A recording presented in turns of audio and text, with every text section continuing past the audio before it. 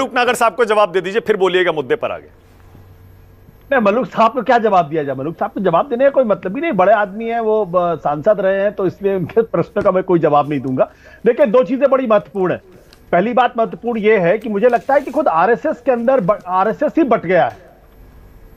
दत्तात्रेय होसबोले कहते हैं बटेंगे तो कटेंगे, और मोहन भागवत क्या कहते हैं कि हिंदू तो बिना मुसलमान के हिंदू अधूरा है।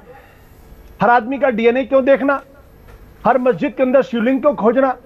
तो या तो दत्तात्रेय होसबोले का बयान सही या फिर मोहन भागवत का बयान सही है। दोनों में से दोनों एक चीज नहीं हो सकती, क्योंकि जो संगठन, जिस संगठन के प्रमुख ये कहते हैं कि बिना मुसलमान के हिंदू अधूरा है, वो संगठन ये कह ही नहीं सकता, मुसलमानों के ऊपर टिप्पणी ही नहीं कर सकता।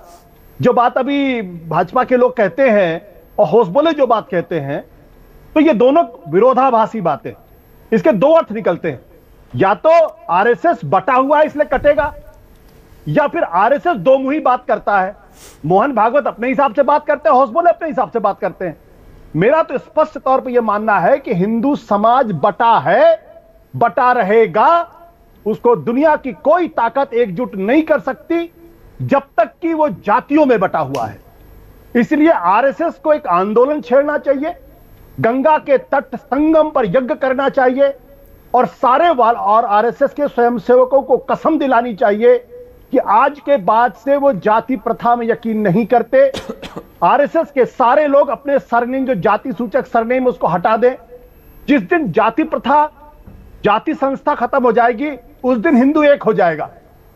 जब आप हरियाणा में जाते हैं तो जाटों के खिलाफ नफरत पैदा करते हैं, जब आप उत्तर प्रदेश में जाते हैं तो जाटवों के खिलाफ नफरत पैदा करते हैं, जब आप यूपी में रहते हैं तो यादवों के खिलाफ नफरत पैदा करते हैं। तो आप ही बांटने का काम कर रहे हैं, तो काट कौन रहा है? इसलिए मेरा यह कहना यह है कि इस देश की राजनीति बिना जाति के चल नहीं सकती।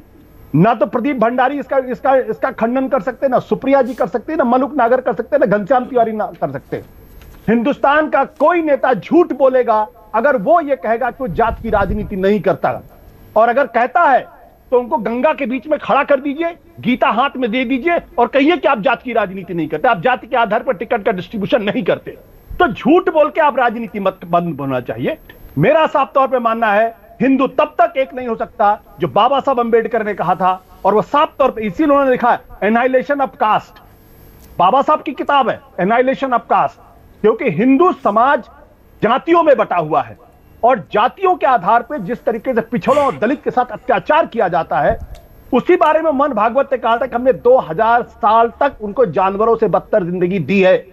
मैं जानना चाहता हूं वो कौन समाज के लोग हैं जिन्होंने 2000 साल तक दलितों पिछड़ों को जानवरों से बदतर जिंदगी दी। पहले उनकी पहचान होनी चाहिए, और तब उनको यह कहने का हक होगा कि हम जातियों के आधार पर नहीं बटे हुए। ये दोगलापन नहीं चलेगा। या तो बोले कि हम जाति प्रथा खत्म कर रहे हैं, जाति सूचक सरनेम खत्म कर रहे हैं, और हमें ना कोई ब्राह्मण है, ना कोई क्षत्रिय है, ना कोई शूद्र है, ना कोई वैश्य है, सब भारतीय हैं, सब हिंदू हैं।